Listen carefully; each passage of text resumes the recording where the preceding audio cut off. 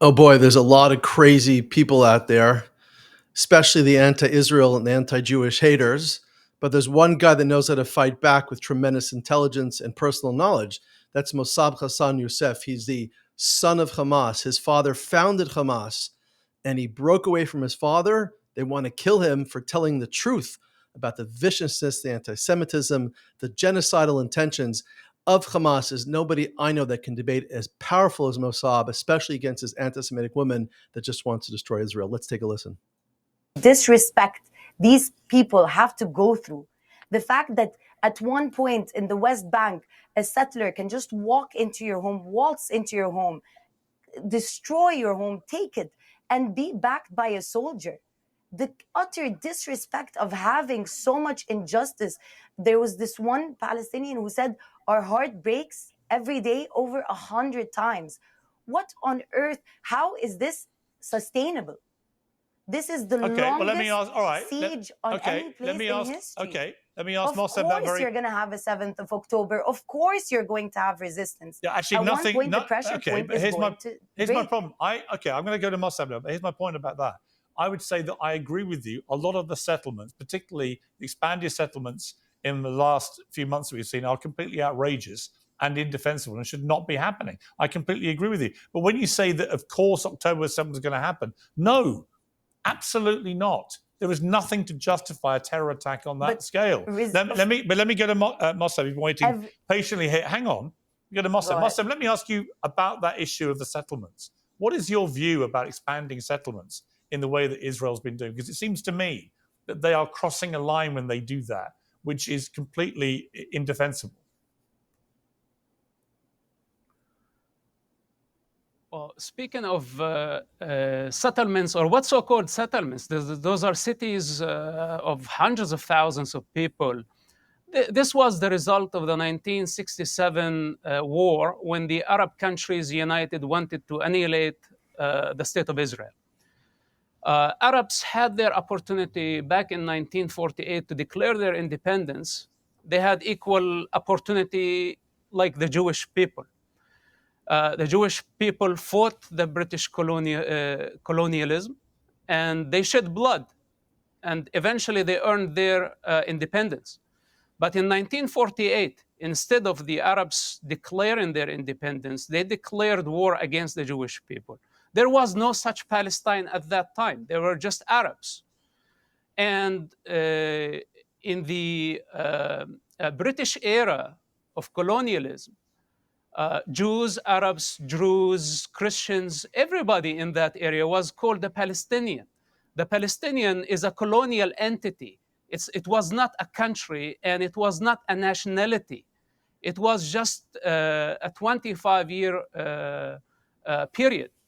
So now, when we convinced ourselves that we were Palestinians because of Yasser Arafat wanted us to be Palestinians, the chaos had begun. And now Palestinian is nothing but the victim narrative, that we don't want to take responsibility for the choices that we have made. 70 years of conflict. And how many opportunities the Palestinians, or what so-called Palestinians, it's not a real thing. There are Arab children, they have the birthright to be there, and Israel has 2 million of those. So the allegation of apartheid doesn't make sense. It's just a broken record by all those who have been trying to delegitimize Israel.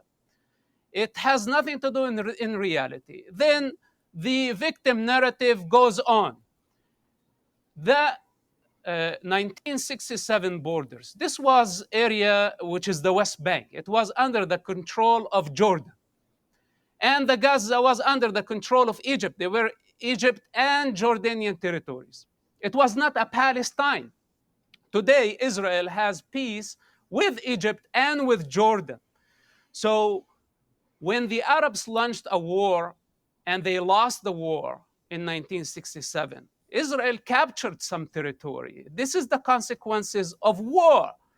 This is and the Arabs don't want to accept the consequences of defeat. Instead of saying we were defeated and Israel won, Now they played the victim card. They have been playing the victim card for 70 years. And instead of accepting what is on the table to coexist with Israel, basically Israel was willing to withdraw from the West Bank and Gaza. That offer was on the table in 2000.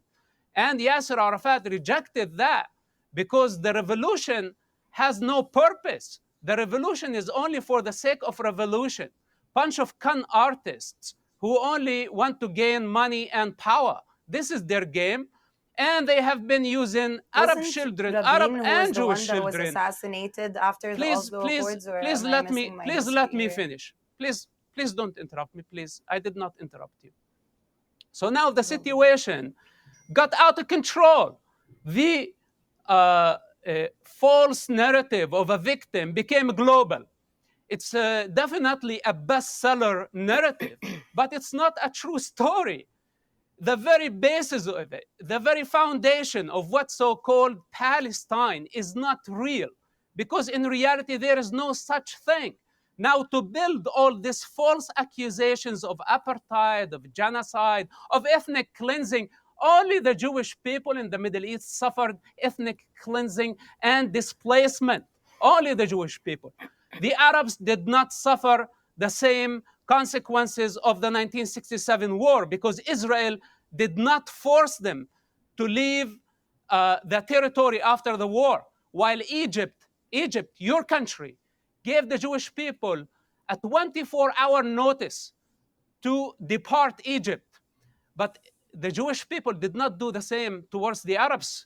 And this is how we have 2 million Arabs in Israel. So, Oh boy, he's got it right on he hits it right on the nail. I mean, Mosab, he gets the information from being there, living there. This whole concept of Palestinianism, this organization which just wants to destroy the Jewish people, complete genocide. These people are given chance after chance after chance. They've rejected over and over again any deal to live with the Jews, be next to the Jews, within the Jews. This is all a false narrative, ladies and gentlemen. Mosab's got it right. Thank God there's people like him that speak with clarity, intelligence, and really tell the truth from his own personal perspective what's going on there.